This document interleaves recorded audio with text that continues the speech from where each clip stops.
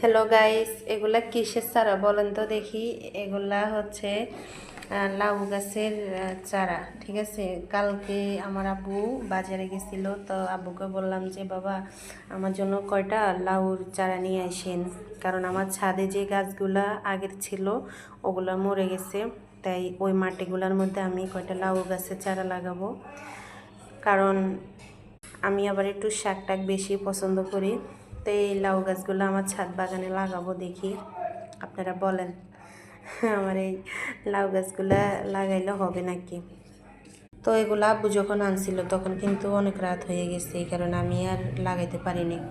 এগুলো আমি একটু হালকা পানি দিয়ে পাতিলের ভিতরে রেখে দিছি, এগুলো আমি বিকালে লাগাবো, কারণ এখন আমি রান্না করব। এখন আমার সময় নেই গাছগুলা রোকার জন্য, এখন রান্না করব।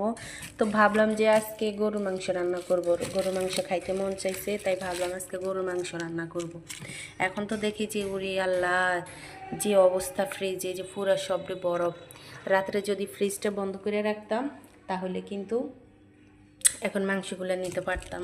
রাত্রে ফ্রিজ বন্ধ করতে পারিনি, মনে ছিল না, এখন বন্ধ করলাম। এই যে আমার মাছের এক রুমের লাইন টাইন সব এখন চলে গেছে বন্ধ করে দেওয়ার সাথে সাথে।